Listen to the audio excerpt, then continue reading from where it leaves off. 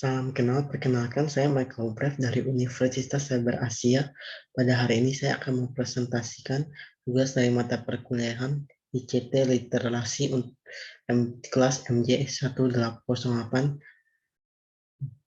mengenai dampak e-learning sebagai media pembelajaran perguruan tinggi dengan dosen pengampu Mucian Ramadona Hasolin, S.com, M.com.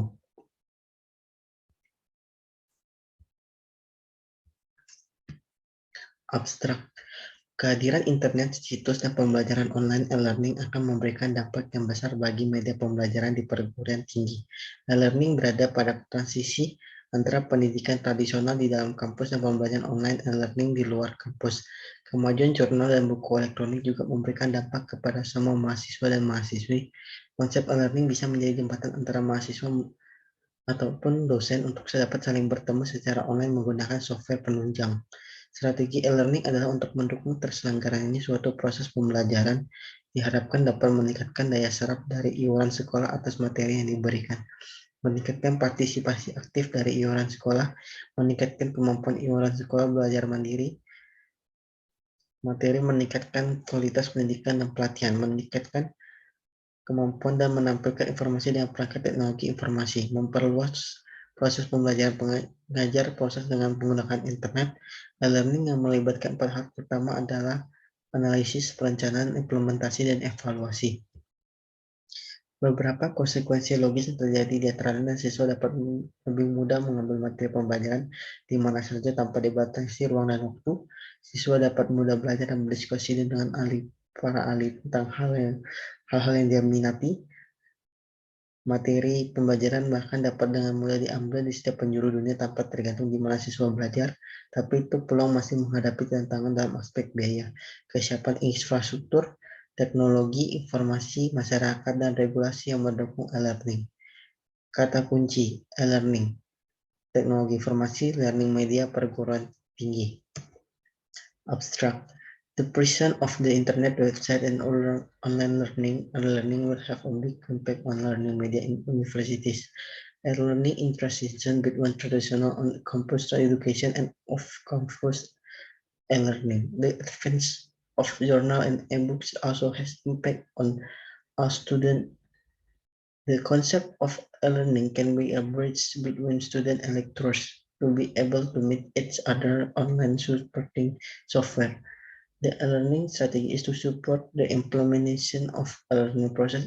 It's hoped that it can increase the absorption of school fees for material provided, increase active participation from school fees, increase of the ability of independent study school fees, improve the quality of education and training material, improve the ability to display information with information technology device, expanding the teaching and learning process using the internet. E-learning, which involves the first 4 things, is analysis, planning, implementation, and evaluation.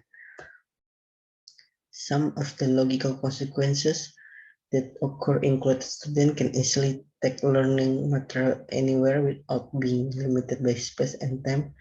Students can easily learn and discuss with experts about the thing they are interested. Learning material can even be easily taken in every corner of the world regardless of where students study. However, there is still opportunities of face challenge in terms of cost, readiness of information technology infrastructure, society, and regulation that support e-learning. Keywords: e-learning, information technology, learning media, college. Pendahuluan, perkembangan teknologi semakin cepat memiliki dampak besar pada banyak sektor dan di hiburan dan tak terkecuali sektor pendidikan. Menurut Soekartawi 2003, proses pembelajaran dan mengajar yang terdahulu sangat didominasi oleh peran guru, the area of teacher. Dan kemudian proses itu mulai banyak didominasi oleh peran guru dan buku, the area of teacher and book. Dan pada masa kini, proses belajar mengajar akan didominasi oleh peran guru, buku, dan teknologi, the area of teacher, book, and technology. Kehadiran informasi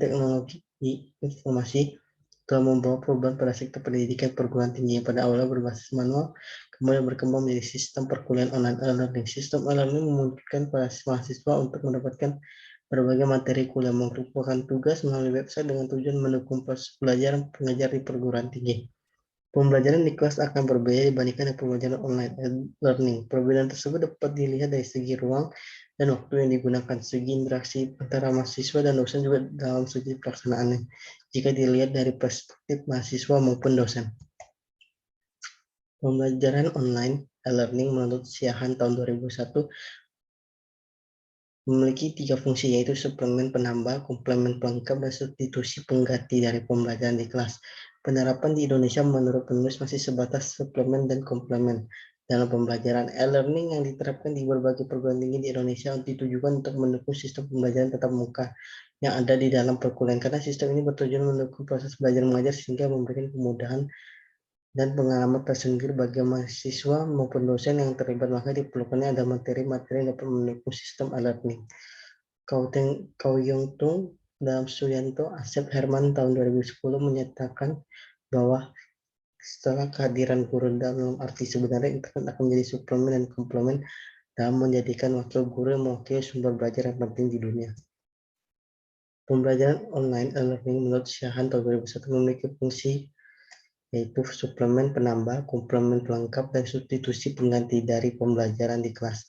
Penerapan di Indonesia menurut penulis masih sebatas suplemen dan komplemen dalam pembelajaran e-learning diterapkan di beberapa perguruan tinggi Indonesia mendukung sistem pembelajaran tatap muka yang ada dalam perkuliahan. Karena sistem ini bertujuan mendukung proses belajar mengajar sehingga memberikan kemudahan dan pengalaman tersendiri bagi mahasiswa maupun dosen yang terlibat dalam makanya diperlukannya dalam matematika yang dapat mendukung sistem e-learning. Kawentung dalam Suyanto Asep Herman 2010 mengatakan bahwa setelah kehadiran guru dan aktif sebenarnya internet menjadi suplemen dan komplemen dalam menjadikan wakil guru mewakili sumber belajar yang penting di dunia. Penerapan sistem e-learning sendiri berawal dari tahun 1950 di negara Amerika Serikat, sedangkan wacana tentang sistem pembelajaran mulai diperbincangkan pada beberapa tahun terakhir. Untuk Indonesia, jika diukur dari kesiapan mahasiswa, maka sistem pembelajaran online e-learning sudah cukup perlu diterapkan. Keberadaan e-learning dirasa perlu oleh mahasiswa maupun dosen. Implementasi e-learning dapat digunakan untuk menunjang perkuliahan tatap muka. Fakta yang mendukung implementasi e-learning adalah mahasiswa maupun dosen sudah cukup melek informasi digital. Media internet sedemikian berdaya guna optimal untuk mendukung sistem tersebut, namun tetap diperlukan kesiapan pihak institusi perpustakaan berserta instruktur online untuk dapat mendukung kesuksesannya, seperti yang diungkapkan oleh Prabontoro Gatot tahun 2005. E-learning adalah sikap positif dari peserta didik dan tenaga pendidik terhadap teknologi komputer dan internet. Rancangan sistem pembelajaran dapat dipelajari diketahui oleh setiap peserta belajar, sistem evaluasi terhadap pemacuan atau pemrograman belajar peserta belajar, dan mekanisme umpan balik yang dikembangkan oleh lembaga penyelenggara. Melihat perkembangan proses pendidikan yang ada di perguruan tinggi, maka kita dapat memahami bahwa terjadi perubahan tuntutan dari penggunaan e-learning. Teknologi memungkinkan untuk menyajikan sumber-sumber informasi yang dibutuhkan oleh pengguna. Dengan adanya situs-situs online maupun perpustakaan hybrid diharapkan dapat menjawab kebutuhan informasi para penggunanya, yaitu mahasiswa e-learning untuk memperoleh informasi yang mereka gunakan untuk menunjang proses pembelajaran. Penyediaan layanan yang berbasis online diharapkan untuk mempermudah pengguna ketika menemukan kesulitan dalam mengakses informasi elektronik. Hasil seminar nasional aplikasi teknologi informasi tentang persepsi mahasiswa dalam penerapan e-learning, studi kasus pada mahasiswa Universitas Islam Indonesia yaitu dikemukakan oleh Mursyid Saiful tahun 2005 menunjukkan bahwa mahasiswa memerlukan informasi berupa informasi mata kuliah 87,7%, informasi program studi 82,7%, informasi kegiatan akademik seperti seminar, konferensi, dan pelatihan 78,78%, layanan perpustakaan terpadu e-library 78,03%. Untuk mendukung pembelajaran online, perpustakaan diharapkan dapat menyediakan akses informasi yang dapat mendukung implementasi e-learning. Materi-materi yang disediakan berbasis online serta dapat diakses secara mudah oleh mahasiswa. Topik ini menarik untuk diangkat karena negara kita bukan negara berkembang dari segi teknologi dan pemanfaatan sistem. Mungkin sedikit tertinggal dan tak terkecuali sistem pendidikan yang berbasis online. Implementasinya bukan berarti salah, namun tetap diperlukan perbaikan dalam hal integrasinya dengan perpustakaan. Tapi kita juga perlu memberikan apresiasi instansi yang telah mengimplementasikannya. Kajian ini mengulas kepentingan pembelajaran elektronik perpustakaan perguruan tinggi yang menerapkan e-learning dan tantangan ke depan untuk keberhasilan pembelajaran elektronik melalui perpustakaan. Tinjauan literatur. Penelitian ini berdasarkan pada penelitian sebelumnya relevan dengan sistem implementasi e-learning penelitian oleh Ananda Hadi Helias dalam analisis model pembelajaran e-learning dalam meningkatkan kualitas pembelajaran dengan memanfaatkan layanan internet dan software aplikasi penunjang. Proses penelitian yang diterapkan adalah library research dengan memanfaatkan sistem internet dan e-book sebagai referensi dalam penelitian. Penelitian oleh saya sendiri dalam perkembangan digital literasi dalam bidang pendidikan dan menampilkan tingkat efektivitas sistem pembelajaran online atau e-learning dalam menggantikan metode pembelajaran konvensional yang menuju ke arah digital yang harus diikuti dengan edukasi dan penggunaan media elektronik dan internet sebagai media penunjang meningkatkan kualitas pembelajaran di suatu sekolah yang menerapkan metode penelitian survei dan peningkatan kuantitatif pada beberapa siswa-siswi. Metode penelitian yang terkait penelitian ini adalah kepustakaan atau library research, hasil dan pembahasan, pembelajaran dengan menggunakan media elektronik, e-learning seperti juga namanya electronic learning disampaikan dengan menggunakan media elektronik yang terhubung dengan internet, World Wide Web yang menghubungkan semua unit komputer di seluruh dunia yang terkoneksi dengan internet dan internet jaringan yang bisa menghubungkan semua unit komputer dalam sebuah perusahaan. Jika memiliki komputer terkoneksi dengan internet, Anda sudah bisa berpartisipasi dalam e-learning dengan cara pembelajaran bisa ikut berpartisipasi bisa lebih jauh lebih besar daripada cara belajar secara konvensional di ruang kelas, yaitu jumlah siswa tidak terbatas pada besaran ruang kelas. Teknologi ini memungkinkan penyampaian proses pembelajaran secara online dapat diselenggarakan dalam berbagai cara berikut. Proses pembelajaran secara konvensional lebih banyak face-to-face meeting dengan penambahan pembelajaran melalui media interaktif komputer, melalui internet, atau menggunakan grafik interaktif komputer yang metode campuran yaitu sebagai besar pembelajaran dilakukan melalui komputer. Namun tetap juga memerlukan face-to-face meeting untuk kepentingan tutorial atau mendiskusikan bahan ajar. Metode pembelajaran secara keseluruhan hanya dilakukan secara online. Metode ini sama sekali tidak ditemukan face-to-face meeting. Strategi mengajar menurut Muhyiddin Syah tahun 2002 didefinisikan sebagai jumlah langkah yang direkayasa sedemikian rupa untuk mencapaikan tujuan pengajaran tertentu. Strategi pengajar ini cukup mencakup beberapa tahapan seperti strategi perumusan sasaran proses belajar mengajar PBM yang berkaitan dengan strategi yang digunakan untuk mengajar untuk menentukan pola ajar untuk mencapai sasaran PBM, strategi perencanaan proses belajar mengajar berkaitan dengan langkah-langkah pelaksanaan mencapai sasaran yang telah ditetapkan, dan saat ini termasuk perencanaan tentang media ajar akan digunakan. Strategi perencanaan proses belajar mengajar berhubungan dengan pendekatan sistem pengajaran yang benar sesuai dengan pokok bahasan materi ajar. Dalam pelaksanaannya, teknik penggunaan dan pemanfaatan media turut memberikan andil yang besar dan menarik perhatian mahasiswa dalam PPM karena pada dasar media memiliki dua fungsi utama, yaitu media sebagai alat bantu, media sebagai sumber belajar bagi mahasiswa. Jamar tahun 2002, 137, Umar Hamalik tahun 1986, Jamar tahun 2002, dan Sadiman dan kawan-kawan 1986 mengelompokkan media ini berdasarkan jenisnya ke beberapa jenis. Media auditif yaitu media yang hanya mengandalkan kemampuan suara saja, seperti tape recorder. Media visual media yang hanya mengandalkan indera penglihatan dan wujud visual. Media audiovisual yaitu media yang mempunyai unsur suara dan unsur gambar. Jenis media ini memiliki kemampuan yang lebih baik, dan media ini dibagi dalam dua jenis: audiovisual diam yang menampilkan suara dan visual diam, seperti film soundside. Audiovisual gerak yaitu media yang menampilkan unsur suara dan gambar bergerak, seperti film, video cassette, dan VCD. Strategi penggunaan e-learning untuk menunjang proses pembelajaran diharapkan dapat memiliki daya serap dari peserta didik atas materi yang diajarkan, meningkatkan partisipasi aktif dari peserta didik, meningkatkan kemampuan belajar mandiri, serta meningkatkan kualitas materi pendidikan dan pelatihan, meningkatkan kemampuan menampilkan informasi dalam perangkat teknologi informasi, memperluas daya jangkau. Proses belajar mengajar dengan menggunakan internet tidak terbatas pada ruang dan waktu.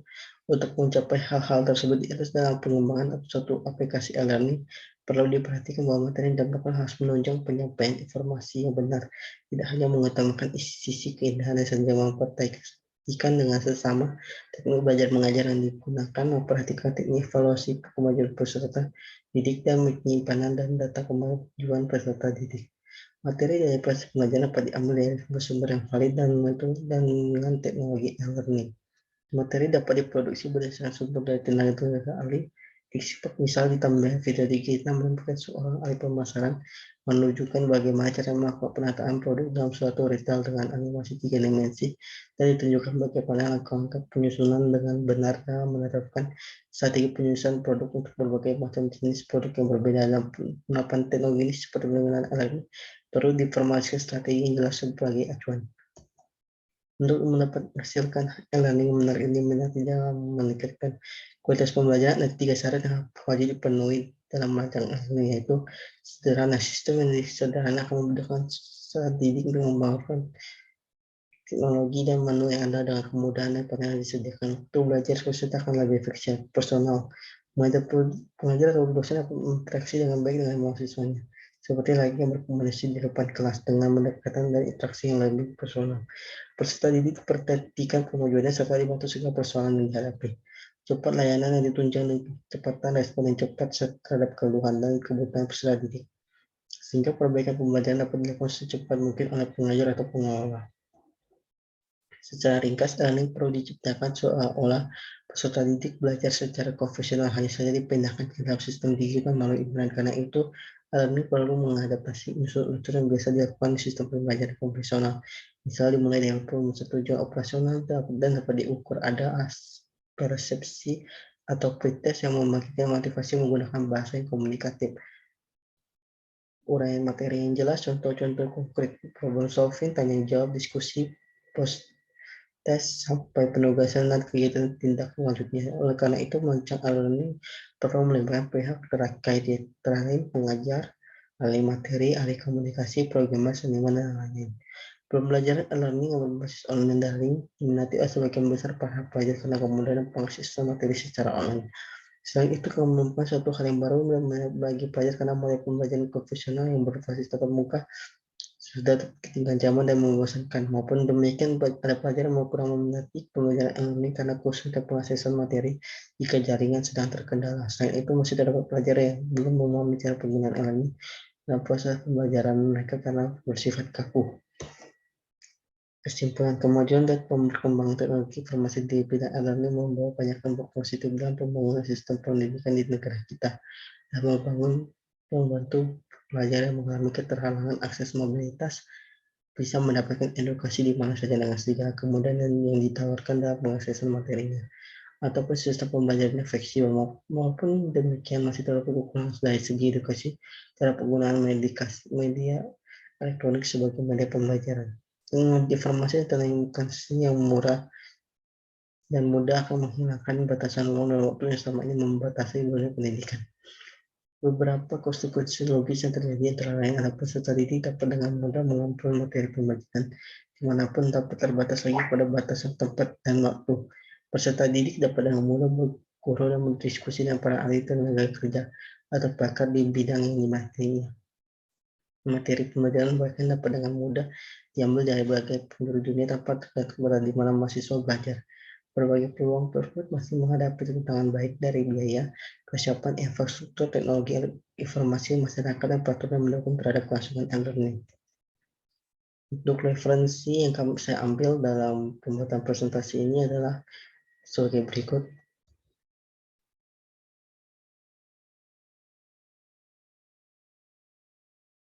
Sekian hasil presentasi dari saya. Terima kasih.